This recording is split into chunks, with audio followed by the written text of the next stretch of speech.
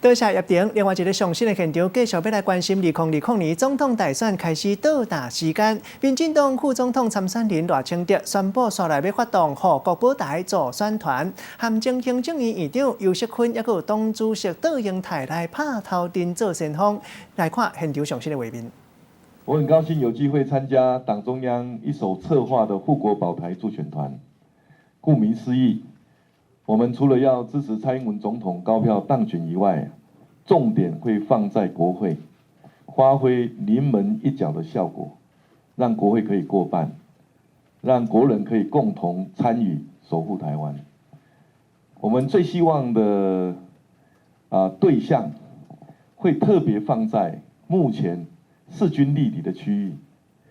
经由护国保台助选团，大家共同的努力，然后换取民众的支持，让我们特别加强的对象可以超越对手，赢得胜利，也因此呢，得以让国会过半，让未来的护国保台或者是改革，让台湾的生存发展更有力量。最希望的结果能够像今天大家都知道了，香港区议员的选举，换民主派得到388席，占有85%的席次。那建制派呢，可以说一败涂地，民心向背非常清楚。如果以国民党不分区候选人名单来看，说他们的立场跟香港的建制派一样其实一点都不过分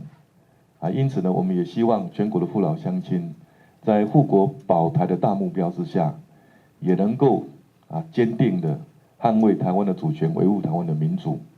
让这一场选举的结果像香港的区议员选举一般守护台湾的